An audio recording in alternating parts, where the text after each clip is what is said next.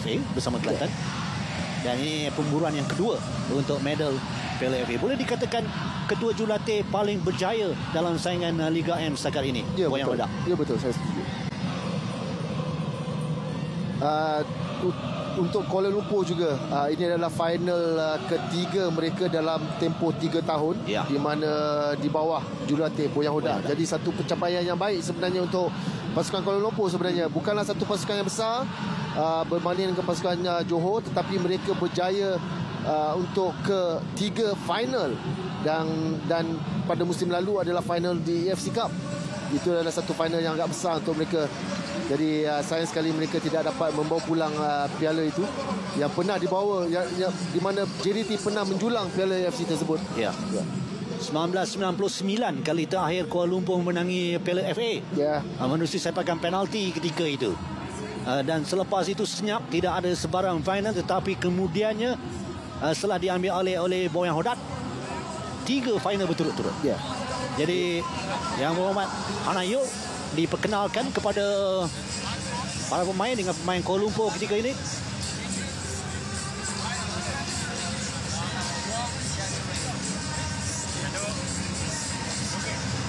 Ketua pasukan mereka untuk malam ini, Paulo Josue. 4 jaringan, 4 penampilan untuk Malaysia.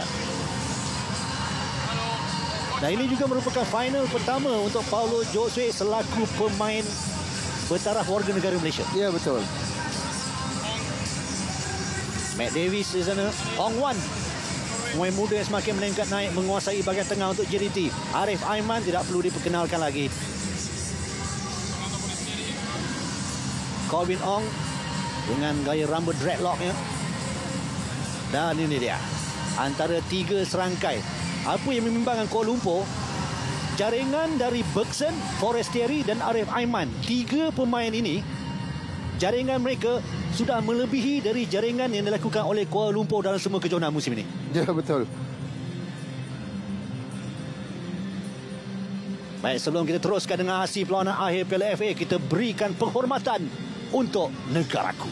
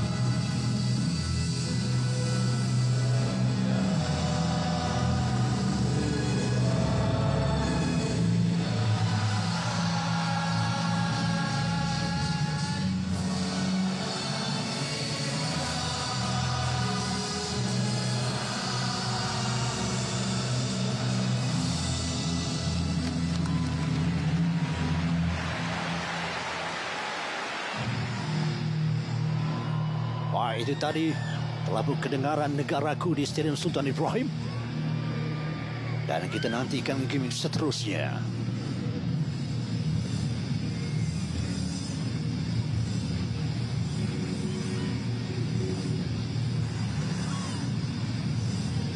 Buat kali yang pertama, Stadium Sultan Ibrahim menjadi tuan rumah untuk perlawanan akhir Piala FA. Pemain dari kedua-dua pasukan bersalaman sebelum mereka menjadi lawan sebentar lagi. Untuk tempoh 90 minit, tiada istilah kawan. Ini dia barisan kesebelasan utama untuk pasukan JDT. Shihan Azmi mengekalkan kedudukannya di pintu gol setelah turun dalam perlawanan peringkat separuh akhir, mengedepikan Farizal Malias yang diturunkan dalam 2 perlawanan awal. Formasi di bahagian kanan adalah Arif Aiman, Forestieri di sebelah kiri JDT dengan barisan senjata pemusnah besar-besaran mereka 42, 45 dan juga nombor 9 Bergson da Silva. Jadi 3 serangkai ini pasti menjadi igauan buruk buat mana-mana pertahanan dalam Liga M. Baru saja kita lihat wajah yang berada dengan pasukan JDT sejak dari 2013. Satu-satunya individu yang bersama dari 2013 hinggalah ke hari ini, iaitu Encik Jaafar ataupun Apo, Kidman pasukan JDT.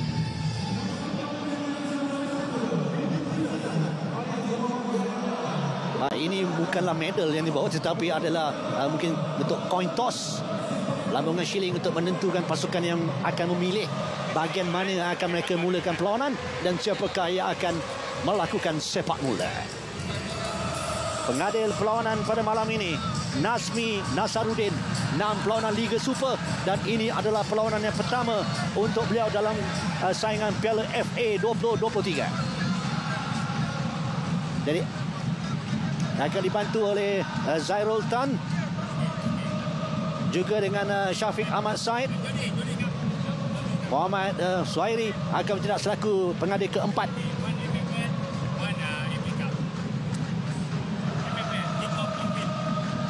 Dari perlawanan ini akan menggunakan 2 pembantu pengadil di bahagian kiri dan kanan dan 2 pembantu pengadil di atas garisan gol. Jordi Ahmad selaku ketua pasukan untuk JDT perlawanan ini, manakala Paulo Josue bertindak selaku ketua pasukan untuk Kuala Lumpur City.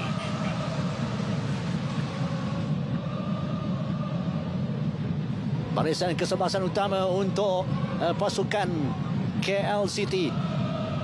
Sudah pastinya kita boleh menjangkakan Kamal Azizi, Kelly Foko, Marcus Zidom dan juga Declan Lambert akan dikerah untuk bekerja keras dalam perlawanan ini, kerana mereka akan berhadapan dengan barisan penyerang yang paling berbahaya. Tiada belas kasihan dari lawan mereka dalam perlawanan-perlawanan sebelum ini.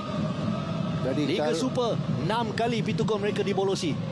Tetapi KL juga merupakan salah satu pasukan yang berjaya menembusi pintu gol JDT. Ya, betul.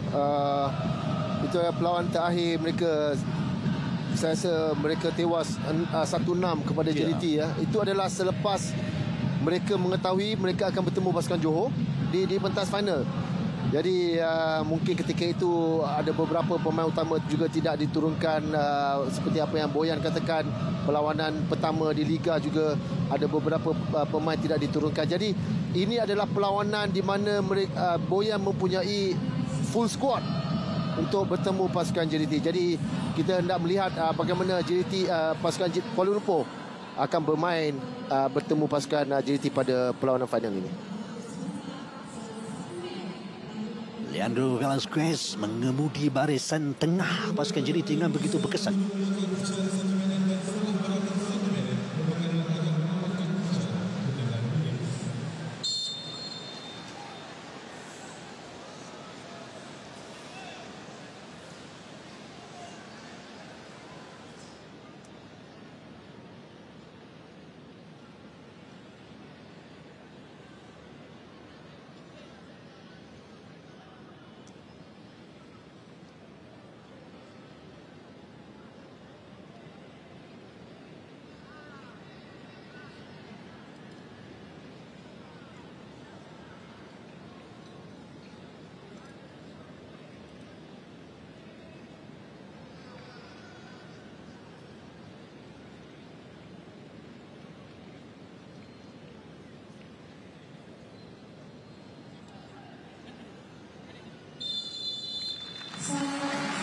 Baik, itu tadi 1 minute silence sebagai penghormatan untuk individu yang telah meninggalkan kita buat selama-lamanya. Ketua Jurulatih B. Satyanardan, lahir pada 9 Mei 1998, pergi buat selama-lamanya pada 18 Julai 2023. Namamu kini terpahat dalam lipatan sejarah bola sepak negara. Segala pengorbanan untuk bola sepak Malaysia takkan dilupakan. Buat B. Satyanardan, jasamu tetap dikenang. Damailah kamu di sana.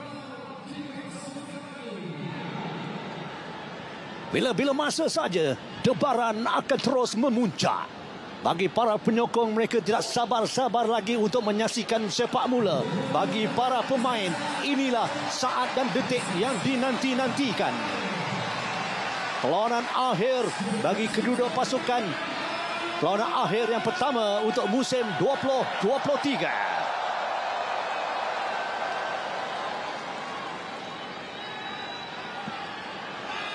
Perlawanan yang kedua dalam tempoh 3 tahun dalam final untuk kedua pasukan JDT dan juga KL City. 2021 final Piala Malaysia. Namun di era Johor FA mereka pernah bertemu di final Piala Malaysia 1985 yang dimenangi oleh Johor FA 2-0 ketika itu. Itu adalah Piala Malaysia yang pertama untuk Johor. Ya, tetapi sudah tentu sekarang adalah era yang berbeza, Fuad, dengan apa yang kita lihat dengan pasukan JDT.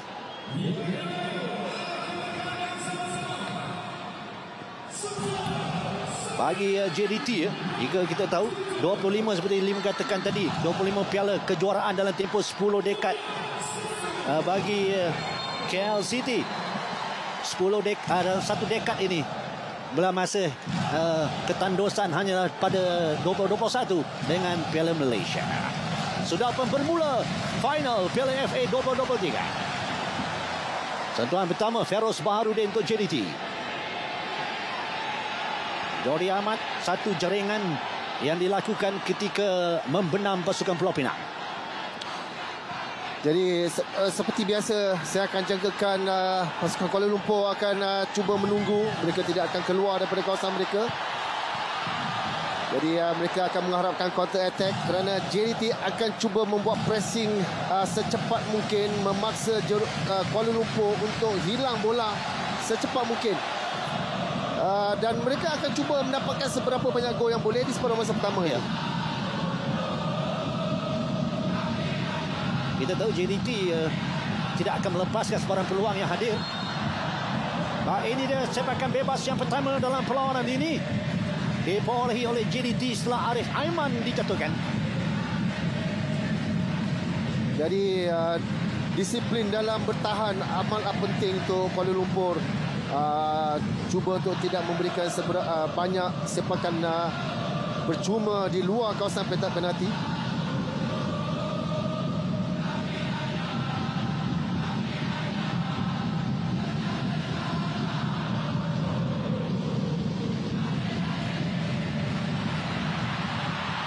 Satu minit berlangsung, peluang pertama untuk pasukan JDT. Arif Aiman dapat digagalkan di sana oleh Kamal Azizi. Ya, ada sedikit mistake daripada Kamal Azizi. Kita boleh melihat Arif Aiman berlari memotong ke dalam, tetapi Kamal Azizi tidak dapat membacanya dengan awal. Satu kontrol yang baik daripada Arif Aiman sebenarnya, tetapi mungkin agak laju. Sebelum beliau dapat membuat rembatan tersebut, Kamal Azizi dapat mengeluarkan bola.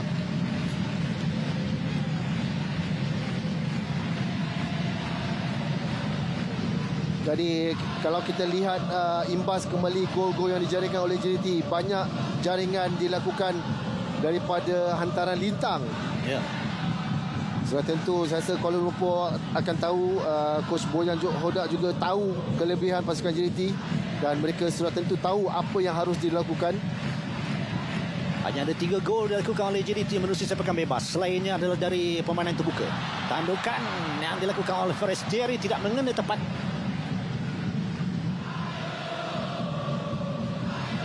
Zafri Yahya yang menjaringkan jaringan yang pertama dalam final Piala Malaysia 2021 yang juga merupakan pemain terbaik perlawanan akhir ketika itu.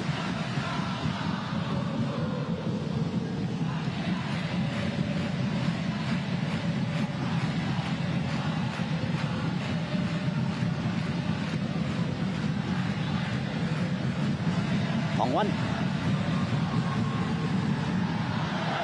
Lepas baik dari Arif. Kesalahan pula Leandro tidak dapat melakukan kawalan. Afiq Fazail jambu. Dia teruskan permainan oleh pengadil. Di sebelah kanan rakan yang tidak dikawal kini barulah mendapatkan hantaran. Declan. Itu hantaran jauh dilakukan oleh Ryan Lambert. Balik itu Jordi. Esteban Solari membantu jurulatih untuk skuad Argentina di Olimpik Tokyo 2022. 2020.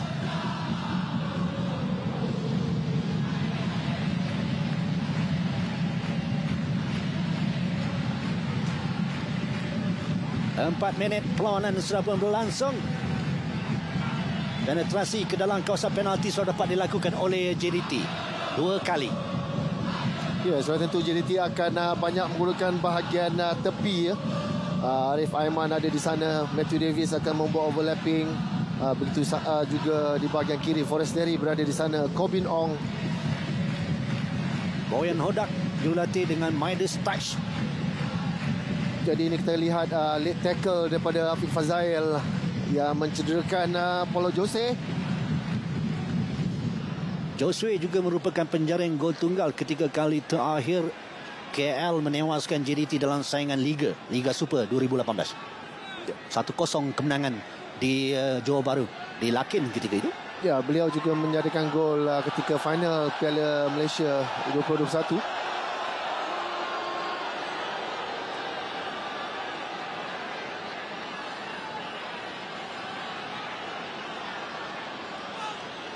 Jadi Paulo Josue diarahkan untuk menerima rawatan di luar kawasan permainan supaya tidak mengganggu waktu perlawanan 90 minit. Kevin Ray Mendoza jaga gol kebangsaan untuk Filipina diturunkan buat kali yang pertama dalam saingan Piala FA musim ini. Agak mengejutkan juga ya, Azim Alamin diletakkan di bangku pemain gantian. Ya, kerana beliau bermain daripada awal. Juga di separuh akhir beliau menyelamatkan 2 sepakan penalti. Ya, 2 kali muncul selaku man of the match. Ya. Baik, serangan dari Kuala Lumpur hanya singgah ke arah Hong Wan dan clearance dilakukan oleh Jordi Amat. Akan dibiarkan oleh Matthew Davis atau Matt Davis bersama Pahang sebelum ini. Kawalan kemas. Morales. Masih lagi Morales dapat melepaskan diri dari kepungan 2 pemain JDT. Leandro beliau dapat melakukan sentuhan untuk memberikan lontaran ke dalam.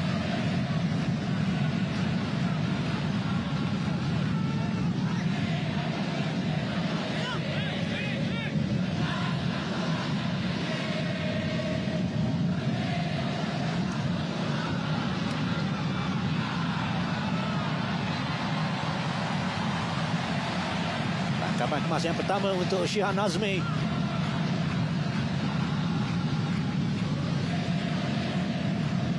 Belas jaringan untuk JDT. 3 di pusingan yang kedua menundukkan PDRM 3-0. 5 jaringan terhasil di stadium ini ketika mereka memenangi perlawanan suku akhir 5-0 menewaskan Pulau Pinang.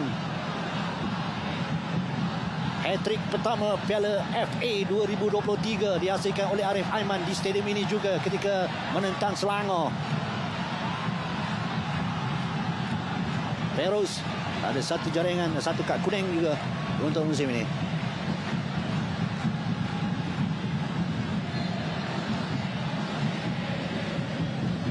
Leandro balik untuk Feroz. Kuala Lumpur akan cuba compact di kawasan mereka, tidak memberikan banyak ruang di bahagian tengah untuk JDT. Arif Aiman jaya meloloskan diri masuk dalam kawasan penalti. Dapat dikeluarkan oleh Marcus Zildum. Kita lihat sekali lagi combination play, dapat melepaskan diri dan akhirnya bola dikeluarkan oleh Giancarlo.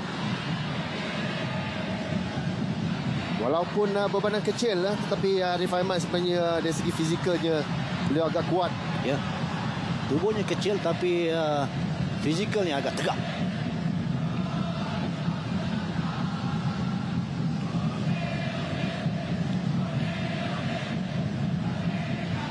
Hong Wan.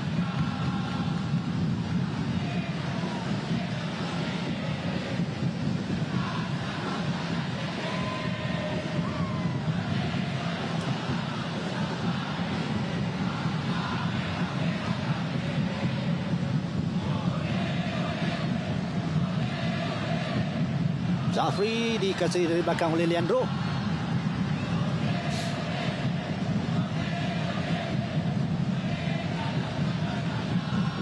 Ya, satu kuisan yang lambat daripada Velasquez. Leandro Velasquez ke atas Zafri.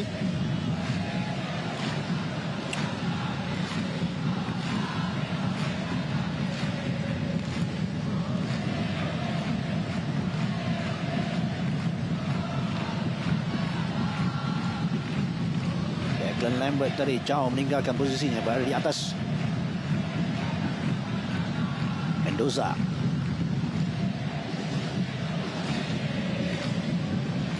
Tempo lebih kurang 7 minit pertama penguasaan penuh oleh JDT. Baru dalam tempo 1 atau 2 minit ini kita dapat lihat possession dapat dilakukan oleh Kuala Lumpur. Ya. Tiada sebarang kesalahan ke atas Declan. Forestieri 17 gol Liga Super, 1 gol Piala FA. Kobinong masih lagi dalam kawalan JDT menerusi Arif Aiman. Arif, Leandro, ada ruang dari Leandro. Satu sliding tackle yang cukup baik dari Joshua. Bola kemas dari Morales. Cantik dari Morales.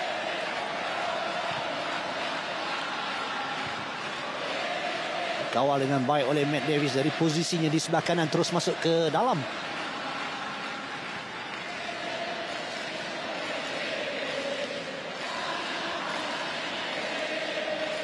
Antara pemain yang menjadi kegemaran Solari ini adalah Hong Wan, diturunkan boleh dikatakan dalam semua perlawanan untuk JDT musim ini.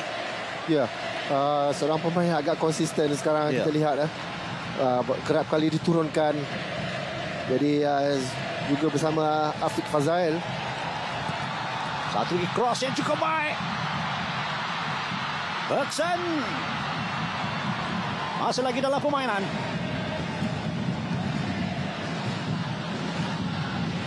Ya, banyak gol yang dijaringkan oleh JDT adalah melalui hantaran lintang. Jadi sudah tentu Kuala Lumpur harus berhati-hati. Kerap hendak meletakkan ramai pemain di dalam kawasan penalti itu sendiri. Oleh untuk Bergson terlalu kuat. Crossing yang dilakukan, dia mencari Forestieri. Agak lama juga pintasan tadi dilakukan oleh Leandro, mengakibatkan Zafri yang terus terjatuh bagi mendapatkan sepakan bebas, melegakan sedikit barisan pertahanan pasukan Kuala Lumpur. Kerana kini mereka boleh menghantar bola sejauh-jauhnya dari kawasan mereka sendiri. Kita lihat Bergson cuba membuat rematan tetapi tidak mempunyai angle sebenarnya.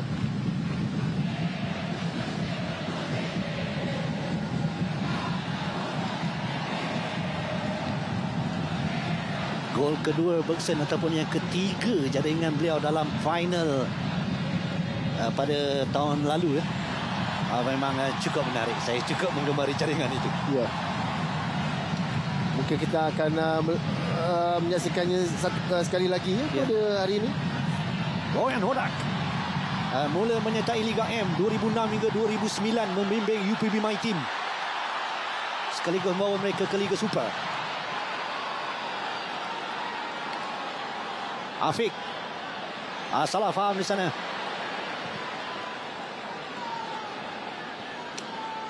Jadi 12 minit Kuala Lumpur dapat bertahan. Ya, kita harus lihat kepada pertahanan Kuala Lumpur. Mereka akan bertahan dengan 5 pertahanan. Baik dari Leandro, dia ditarik, mungkin ada kad. Ya, kad kuning yang pertama untuk perlawanan ini. Ya, itu yang saya katakan Kuala Lumpur haruslah tidak memberikan seberapa banyak sepakan percuma di luar petak penalti.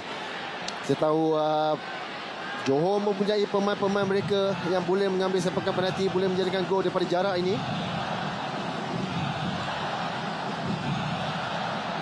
Tarikan daripada Zafri sebenarnya. Kita lihat sekali lagi. Ada sentuhan. Kemudian Zafri menarik daripada belakang. Jadi satu kedudukan yang agak bahaya untuk Kuala Lumpur. Sudah tentu mereka tidak mahu bolos pada 15 minit pertama.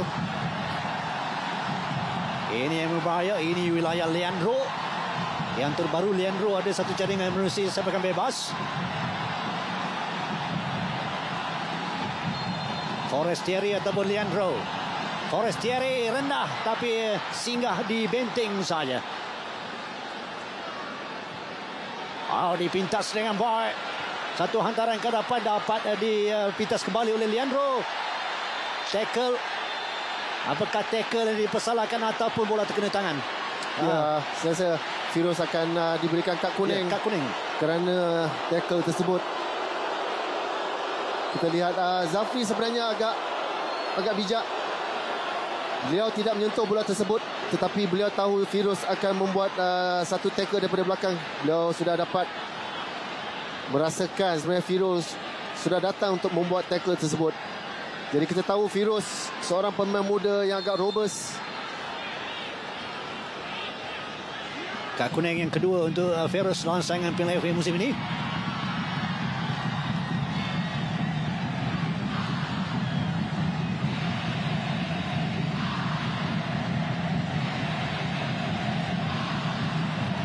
Josue, hantaran agak baik masuk dalam kawasan penalti. Peluang! Peluang terhidang di hadapan pintu gol pasukan JDT setelah barisan pemain-pemain Kuala Lumpur melepasi perangkap offside. Tetapi mereka perlu berterima kasih kepada Shihan Hazmi. Lihat di sini. Ya, kita lihat sekali lagi. Bola tersebut jatuh di atas kaki Matko Zudem.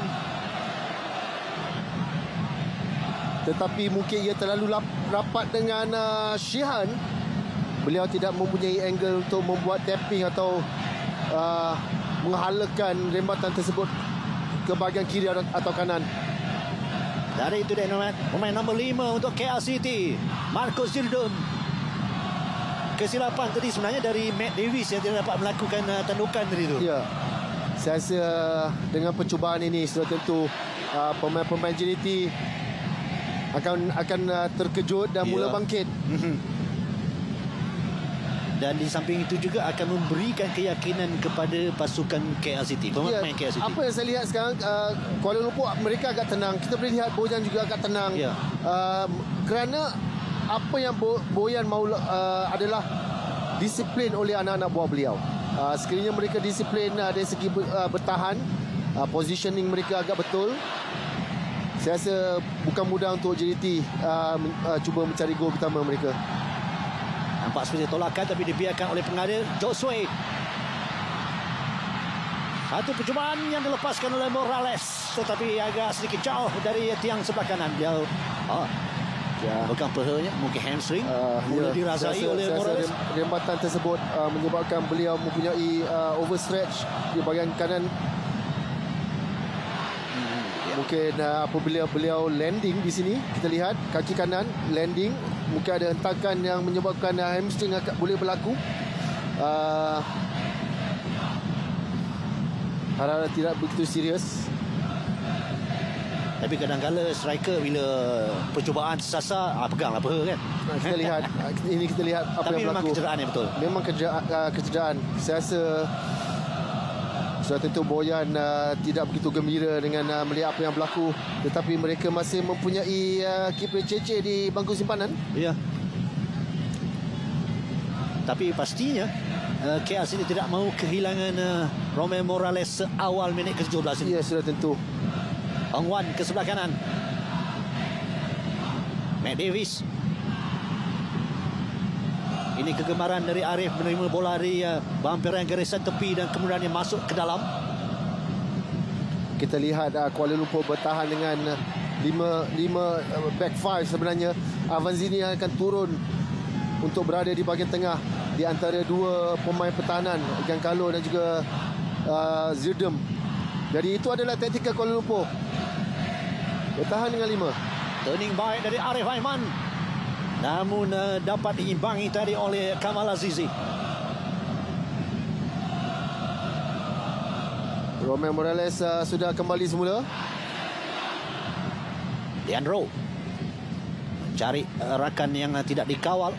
Forestieri, Corbin Hong, Corbin Ong ni cukup menarik. Beliau adalah pertahanan kiri, tapi lihat di mana beliau berada sepanjang masa dalam perlawanan. Ya, saya rasa itu adalah senjata JDT, itu adalah taktikal JDT. Kita lihat di mana Matthew Davies sekarang. Beliau juga berada di atas. Tapi bagi Corbin Ong dah lama kita tidak melihat lontaran ke dalam. Itu adalah specialty dari Corbin Ong. Ini kerana JDT bermain sebenarnya dengan 3 pertahanan. Jadi Corbin Ong dan juga Matt Davies, mereka boleh naik ke atas dengan lebih tinggi.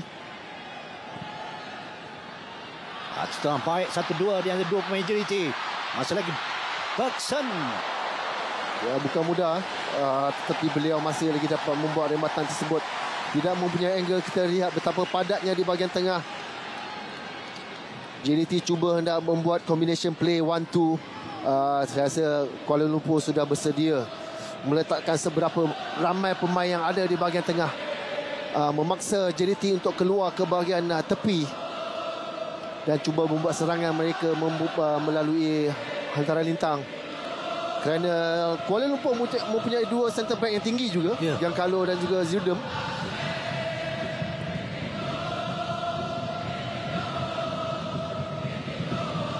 Dengan ramai juga penyerang-penyerang import yang memiliki ketinggian, jadi setiap pasukan perlu mempunyai pertahanan-pertahanan juga yang mempunyai ketinggian yang boleh menyaingi pemain import.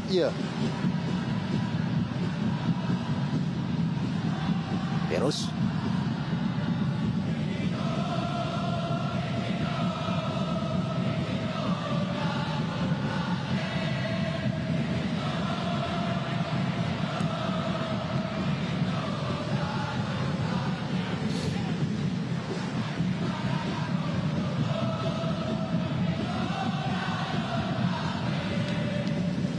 minit.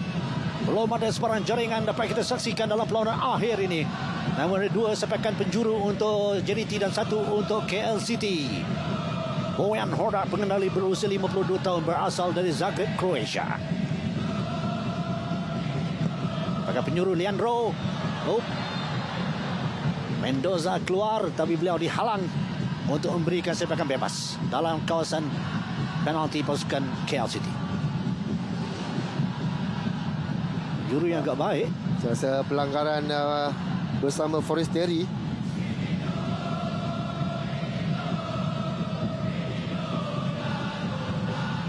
Dikabarkan juga sebelum perlawanan ini beberapa tiket-tiket yang diberikan untuk KL City dikembalikan untuk diberikan kepada para penyokong JDT. Ya, sudah tentu. Saya rasa kita semua tahu, tidak dibandingkan dengan penyokong-penyokong JDT, saya rasa Kuala Lumpur tidak mempunyai penyokong yang sebegitu ramai. Kerana ramai juga penyokong KL juga berasal dari Johor. Baik, ruang sekarang ini untuk JDT terus melancarkan serangan. Bergson, Matt Davies, Forestieri sudah pun mencari ruang dan mendapatkan bola. Antara yang ke tengah, tidak ada pemain JDT di sana. Yodi Ahmad.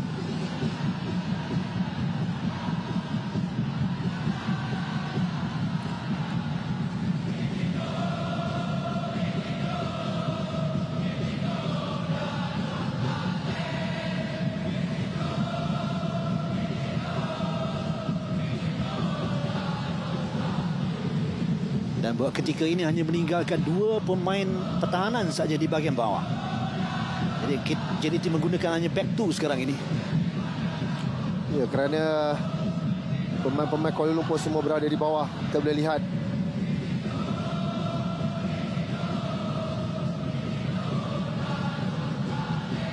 Ong Wan. Balik untuk Ong Wan. Bergson dan Corbin juga agak-agak untuk mengambil bola itu dan akhirnya dirampas oleh Declan. Ya, disebabkan oleh compactness daripada KL. Ia agak sukar untuk JDT membawa forward pass. Kita boleh lihat forward pass agak sukar. Mereka terpaksa melakukan diagonal ball, mencari Arif Aiman. Cuba baik dari Arif. Taran ke dalam dapat dia keluarkan oleh pertahanan.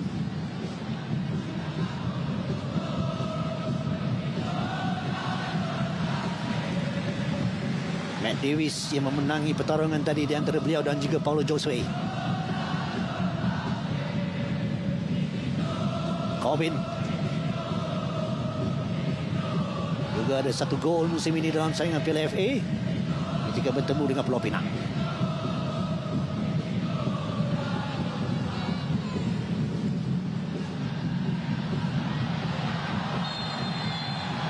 Dan Bergson, dan satu lagi kad akan dikeluarkan oleh pengadil perlawanan. Avanzini diberikan kad kuning, kita lihat.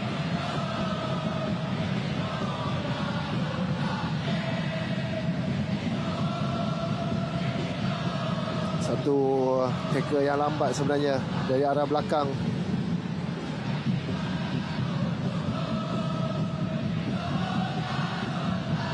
Dari pengesahan Sebastian Avanzini, pemain import dari Itali untuk KL City, menjadi pemain kedua yang dilayangkan kad kuning. Minit yang ke-13 tadi, kad kuning pertama untuk KL City dilayangkan untuk Zafri Yahya. Jika tadi di sebelah kanan pintu gol, dan kini dari sebelah kiri pintu gol pula, pada jarak yang lebih kurang hampir sama. Namun yang pertama, Forestieri menghantarkan bola terus ke arah benteng. Apakah yang dapat dilakukan oleh Leandro? Juga singgah di benteng.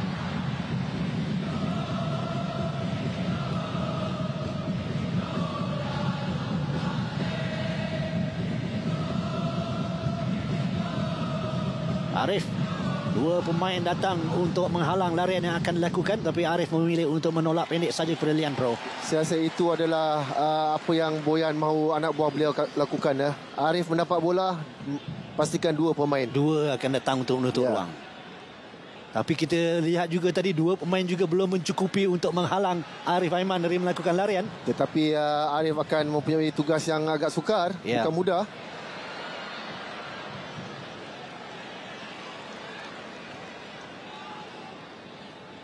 Tidak banyak serangan di bahagian kiri oleh Forestieri kerana beliau sering masuk ke dalam. Tolong baik di Ryan Lambert.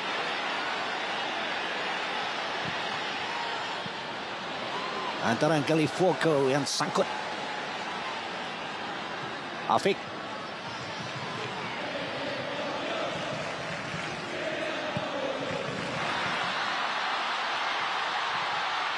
Percubaan. Oh, baik dari Afiq Fazail. Tetapi beliau dikecewakan oleh palang gol KL City ketika ini. Ya, satu rembatan yang agak padu. Arif dalam kawasan penalti. Hantaran yang terlalu tinggi dan terlalu jauh untuk Bergson. Terus diambil oleh Kevin Ray Mendoza. Ya, Afiq sebenarnya agak beliau teragak-agak. Adakah beliau ingin membuat rembatan atau tidak? Kita lihat. Dah ada sentuhan daripada Mendoza, Kevin Ray Mendoza sebenarnya. Kita lihat adakah ada sentuhan. Ya, ada sentuhan. Dan kemudian terkena palang. Percubaan baik daripada Afiq Fazail. Jadi ada sedikit sentuhan dari Mendoza yang membuatkan bola itu terus saja terkena palang. Jika tidak, ia akan merejah ke dalam gawang. Ya.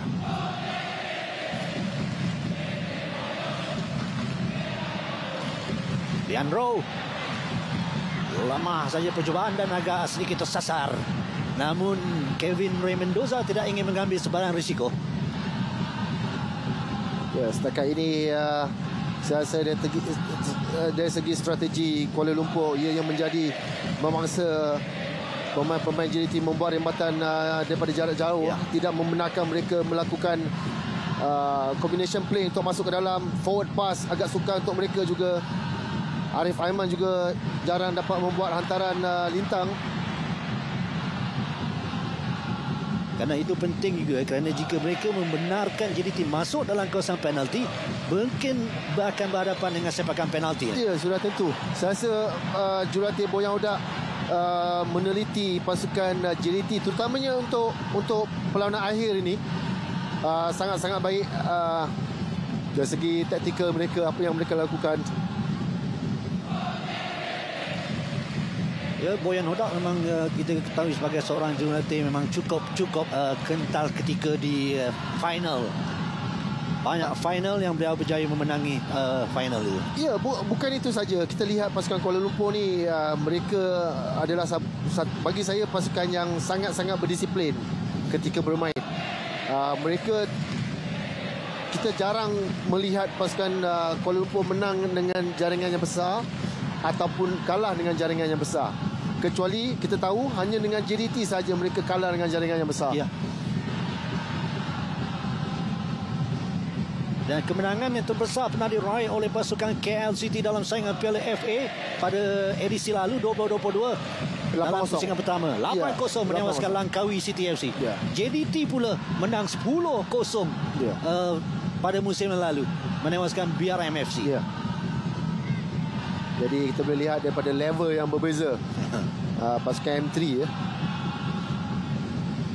Kobinong balik untuk Afiq, paling hampir untuk mendapatkan jaringan buat JDT dalam perlawanan ini. Kita boleh lihat 10 pemain Kuala Lumpur di belakang bola. Jadi bukan mudah untuk JDT cuba untuk melepasi pemain-pemain Kuala Lumpur ini. Bagaimana Lim katakan tadi, mereka hanya dapat mengantar ke hadapan dengan menggunakan diagonal ball saja. Ya, diagonal ball mencari Arif Aiman, tetapi Arif sentiasa ada situasi 2 lawan 1. Mereka tidak beri ruang langsung. Setiap kali sentuhan dari Arif, 2 pemain akan datang. Ya.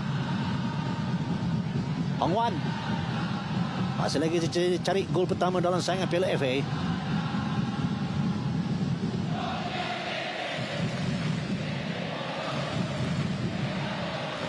Saravanan juga lebih kerap melakukan larian saja. Tidak banyak kelawanan dapat dilakukan oleh Saravanan.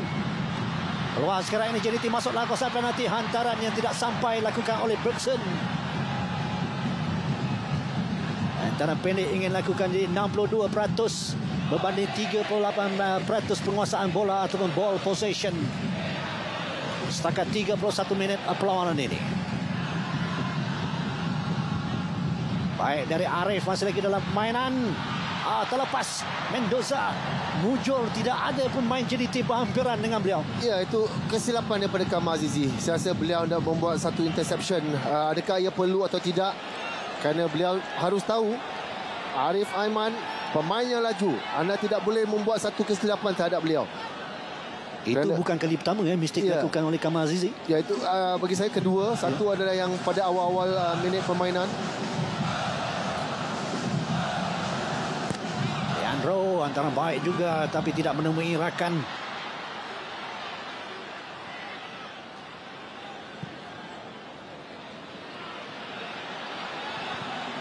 Antaran terus dapat ditanduk keluar oleh petarang KL City. Saravanan masuk ke dalam, dapat dipintas.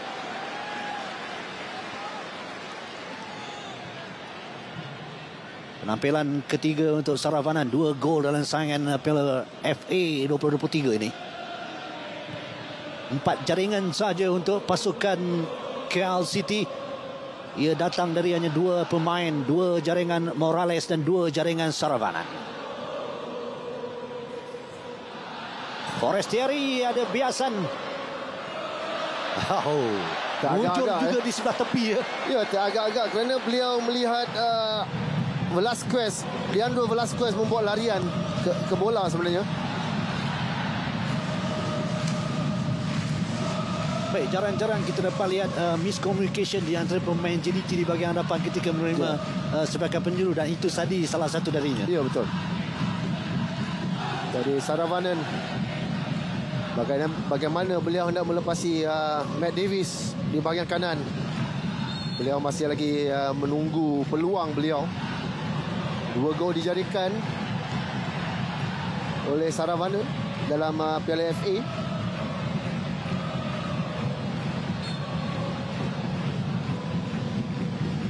Gol kedua atau gol pertama ketika menewaskan Immigration, dan kemudiannya gol yang kedua ketika menewaskan pasukan Sabah.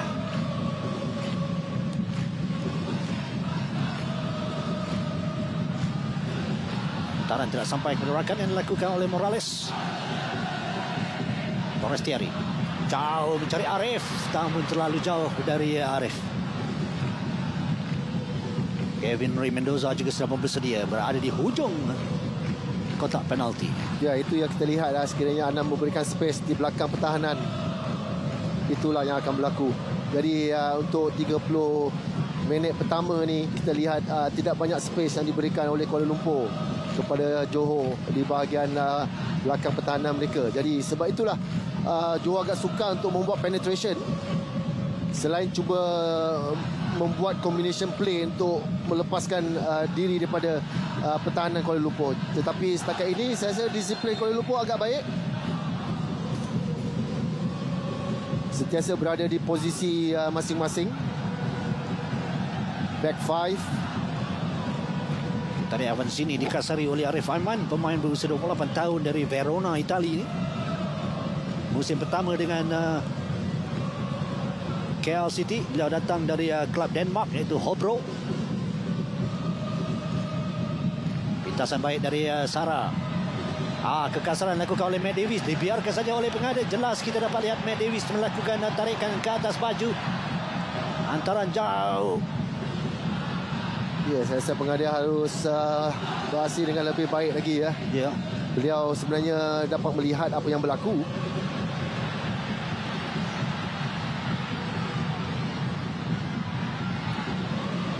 Morales itu tadi kelihatan seperti kecederaan hamstring, tapi kini masih lagi ligat di atas pada Sarah.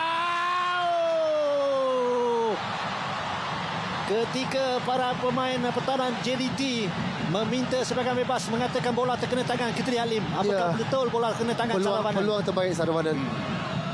Mungkin ada kena, tetapi saya lebih risau kepada pengadil yang berada di tepi gol tu.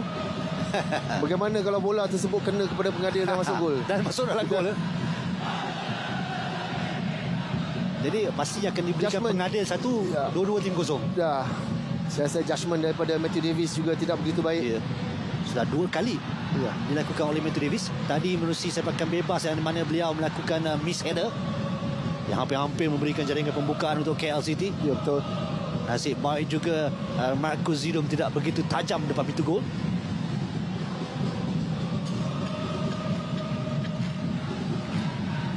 Jadi Marcus Zidom antara 3 pemain yang dapat melakukan jaringan ke atas JDT.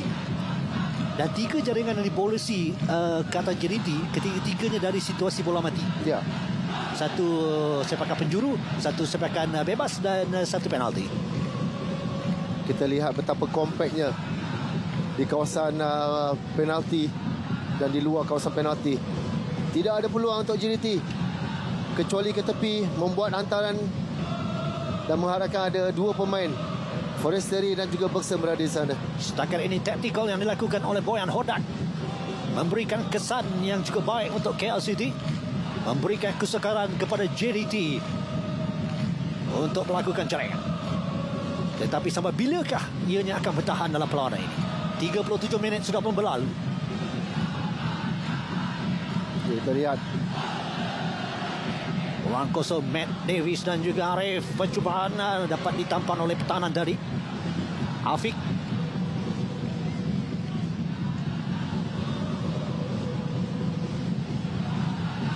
Leandro.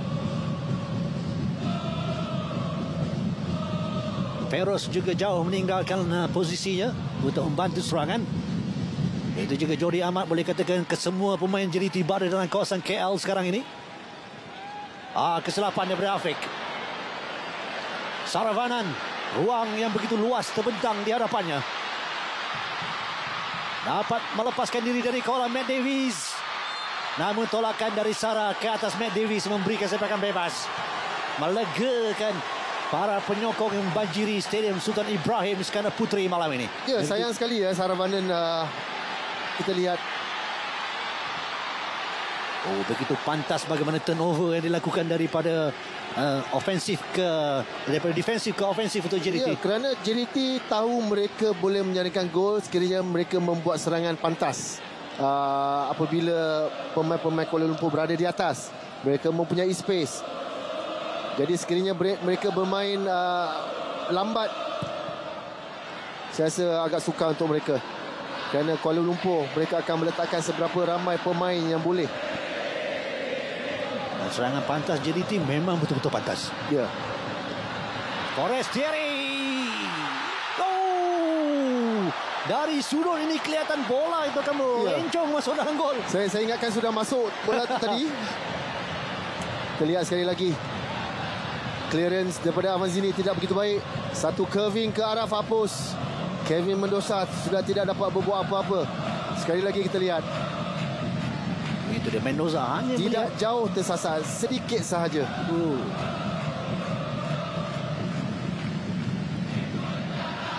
Kuala Lumpur akan gembira sekiranya mereka boleh tamatkan separuh masa pertama ini dengan 0-0, masuk ke bilik persalinan dengan jaringan 0-0 ini. So tentu kelebihan saya rasa kepada JDT kerana melihat kepada line up ataupun pemain simpanan yang ada. Seperti barisan kesebelasan utama untuk pasukan yang lain. Ya. 6 percubaan ke arah gol sudah dapat dilakukan oleh JDT. Namun kesemuanya masih lagi gagal untuk menghasilkan sebarang jaringan.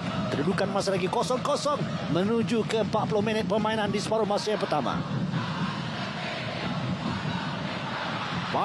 Forestieri, Mendoza keluar. Ya, mistake daripada Zafri. Anda tidak seharusnya bermain fancy di depan petak penalti ya. Itu bukan kawasan untuk bermain fancy.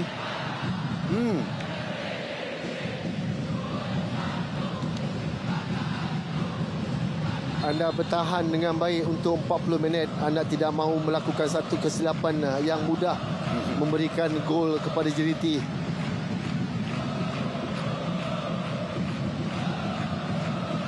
Kerana barisan penggempur JDT yang berada di hadapan itu, sememangnya mereka tidak boleh diberikan ruang. Bukan saja barisan hadapan, tetapi dari JDT ini juga gol. Gol mereka datang dari berbagai posisi, dari berbagai pemain. Betul. Hanya penjaga gol saja yang belum menjaringkan gol. Bergson, Leandro, Arif. Ada ruang. Balik untuk Forestieri.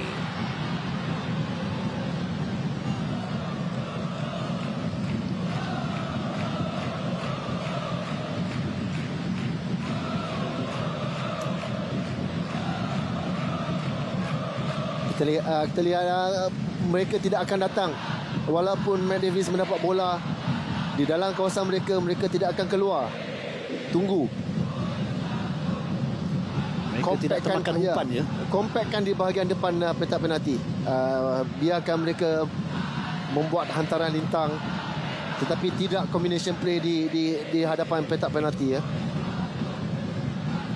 Afiq, satu percubaannya hinggap di palang.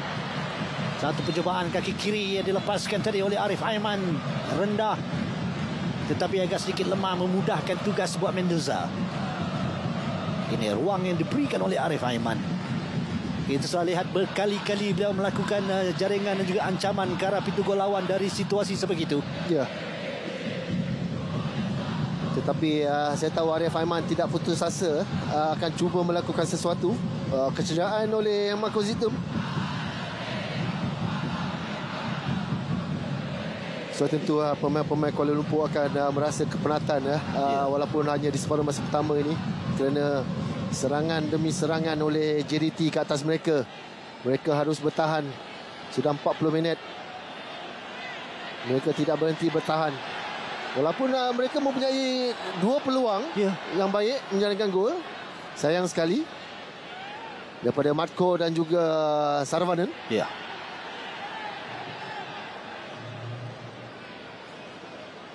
Dan itu antara salah satu faktor yang memberikan kekuatan kepada JDT adalah kecergasan para pemain mereka. Ya. Utamanya sejak ketibaan jurulatih kecergasan mereka yang pernah bersama dengan pasukan kebangsaan Argentina.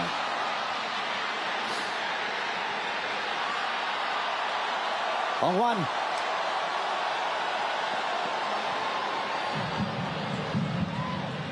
Kita sudah nampak kepenatan sudah mula memberikan sedikit kesan kepada para pemain KL berbanding dengan tempoh 20 minit yang awal. Kini ruang sudah mula dapat dicipta sedikit demi sedikit oleh pemain JDT. Persoalan sekarang sampai bilakah Kuala Lumpur akan dapat bertahan dengan taktikal yang mereka terapkan dalam perlawanan ini? Ya, mereka akan cuba membiarkan pemain-pemain JDT menggerakkan bola daripada ke kiri ke kanan. Jangan buang badan anda ke atas mereka. Biarkan mereka bermain. Ya, jika para pemain KL City datang dekat, itu akan membuka ruang. Tandukan lemah dilepaskan oleh Bergson. Dia sudah sedar.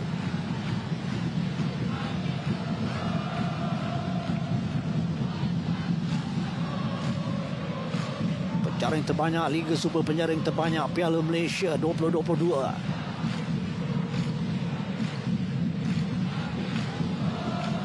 Sejak beliau tiba ke Johor Bahru pada 2021, memberikan satu dimensi baru dalam corak serangan pasukan JDT.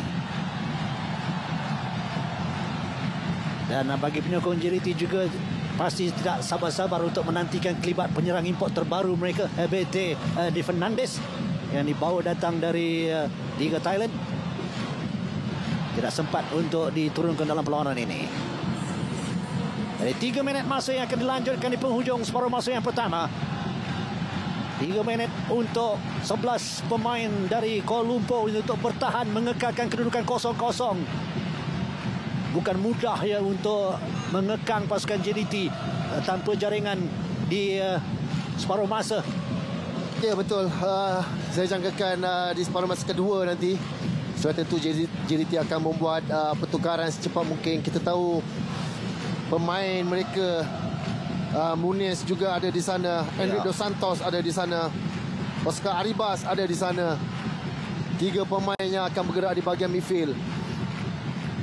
Mungkin pilihan utama adalah Diogo, kerana Diogo setakat ini boleh dikatakan setiap pertemuan dengan KL City akan melakukan jaringan ketika bermain untuk pasukan Tetapi JDT. Diogo sebenarnya saya rasa tidak ada dalam senarai simpanan. Ya, kerana Diogo dikatakan mengalami kecederaan, sebab itulah dibawa datang Ebete Di Fernandes. Forestieri, tiada ruang untuk melepaskan percubaan ke arah gol. Hanya mendapatkan sepakan penjuru.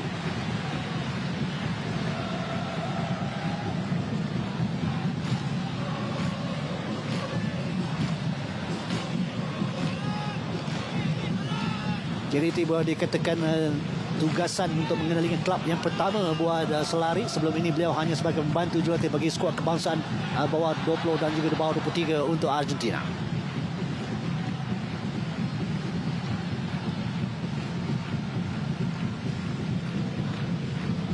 Feroz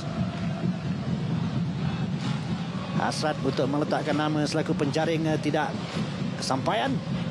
Tandukannya jauh dari pintu gol. 3 minit sudah pun dicapai untuk masa yang dilanjutkan. Kita menantikan tiupan whistle panjang yang akan dilakukan oleh pengadil perlawanan ini.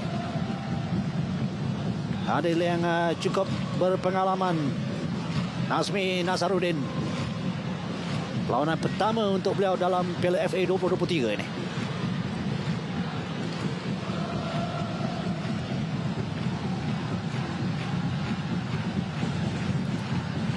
Dua final Piala FA sebelum ini diadili oleh Hasrul Amir untuk JDT.